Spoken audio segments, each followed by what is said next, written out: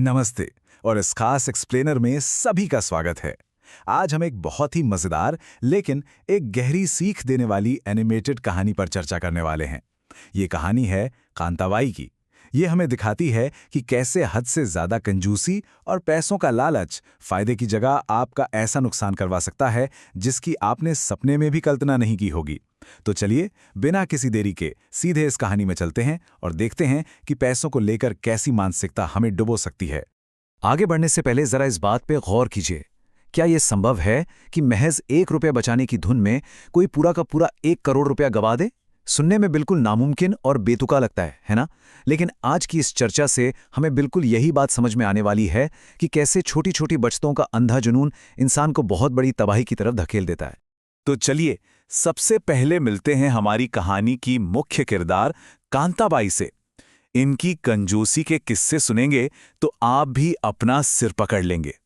गोदावरी नदी के किनारे रहने वाली कांताबाई का पैसा बचाना किसी भी सामान्य लॉजिक से परे है। जरा सोचिए, प्यासी पड़ोसन को पानी पीने नहीं देती। क्यों? क्योंकि उन्हें लगता है कि नल घिस जाएगा, और अगर गलती से पानी दे भी दिया तो बदले में पड़ोसन से नमक, हल्दी और मिर्च मांग लेती हैं। यही नहीं, किसी की नई साड़ी को पायदान बनाने का प्लान करना, चप्पलें न घिसें इसलिए लोगों को धीरे चलने की हिदायत देना, और तो और सब्जी वाले से तराजू पर लगी मिट्टी तक मुफ्त में मांग लेना ताकि गमले में खाद बन सके। ये सब साफ दिखाता है कि उनकी मानसिकता आम बजटिंग से बहुत आगे निकलकर एक अजीब सी बीमारी का रूप ले चुकी है। अब सोचिए, जिसके घर में ऐसी कंजूस इंसान हो वहां बाकी लोगों का क्या हाल होगा। आइए देखते हैं कांताबाई के सीधे साधे पति भोला की क्या हालत है। भोला बेचारा सुबह उठकर बस एक गुड़ वाली चाय मानता है, लेकिन कांताबाई का तर्क तो देखिए। महज 2 रुपए किलो बिकने वाले गुड़ को बचाने के लिए वो गुड़ की डली को एक धागे से बांधती हैं, उसे गर्म पानी में बस 2 बार डुबोती हैं और बाहर निकाल लेती हैं। कहती हैं उतना मीठा काफी है। हद है कंजूसी की। चंद पैसों के लिए बुनियादी जरूरतों को किस तरह कुचला जा रहा है, ये इसका सबसे बड़ा उदाहरण है। और सिर्फ चाय ही नहीं, भोला का पूरा दिन इसी दुर्दशा में बीतता है। नाश्ते के नाम पर रात का बचा हुआ उबले चावल का पानी मिलता है। पहनने के लिए एक बुरी तरह फटी हुई धोती है, क्योंकि नई धोती खरीदने में 10 रुपए खर्च हो जाएंगे। और इसी भूखी प्यासी हालत में उसे दिन भर खेतों में जाकर भारी शारीरिक मेहनत करनी पड़ती है। ये अब केवल कंजूसी नहीं है, बल्कि एक इंसान के स्वास्थ्य के साथ सीधा सीधा खिलवाड़ है। लेकिन इस नीरस और कष्ट भरी जिंदगी में एक बहुत बड़ा मोड़ आता है। खबर आती है कि भोला के अमीर चाचा सोमनाथ उनसे मिलने आ रहे हैं। अब ये चाचा सोमनाथ कोई आम इंसान नहीं है। इनकी संपत्ति के बारे में सुनेंगे तो दिमाग चकरा जाएगा।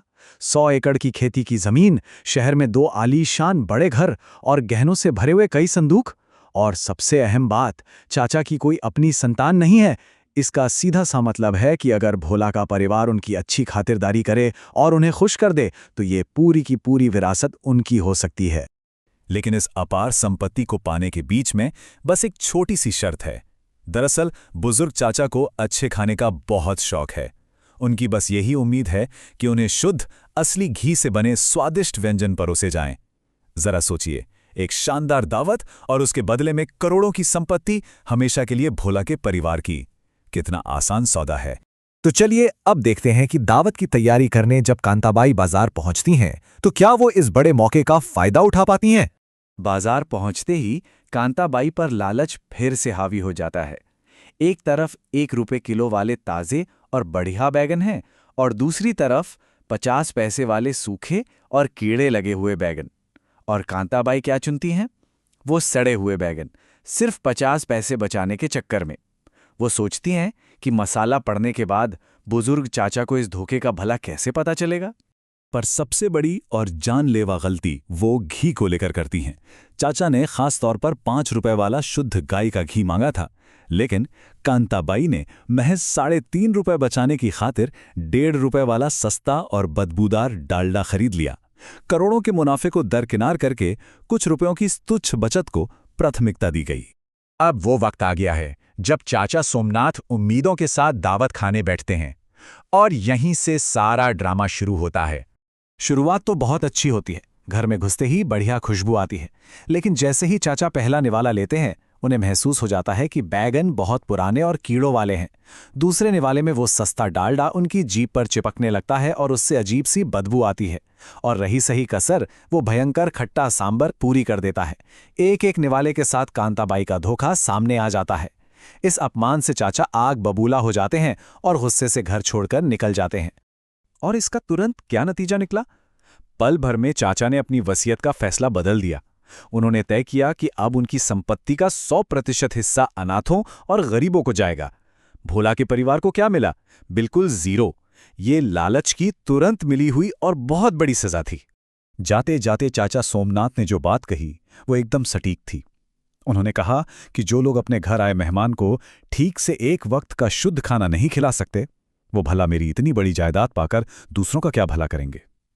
इस एक बात ने साबित कर दिया कि ये परिवार उस विरासत के बिल्कुल भी लायक नहीं था।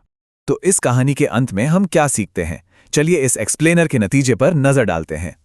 जब चाचा चले जाते हैं तब भोला पूरा गणित समझाता है। पूरा 1 करोड़ रुपया। जी हां, कांताबाई को तब जाकर एक जोरदार झटका लगता है जब उन्हें असलियत समझ आती है कि सिर्फ चंद पैसे बचाने की उनकी सनक के कारण उन्होंने सचमुच 1 करोड़ रुपए की संपत्ति हमेशा के लिए खो दी। असल में ये कहानी हमें कंजूसी की सही परिभाषा समझाती है।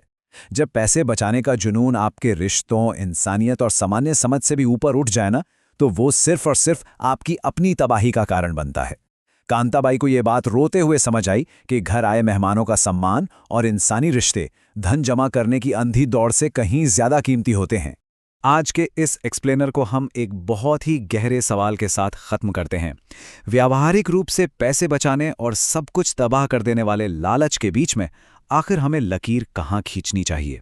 इस पर जरूर विचार कीजिएगा, क्योंकि आर्थिक समझदारी जरूरी है, लेकिन वो इंसानियत की कीमत पर नहीं आनी चाहिए। इस चर्चा में शामिल होने के लिए बहुत बहुत धन्यवाद।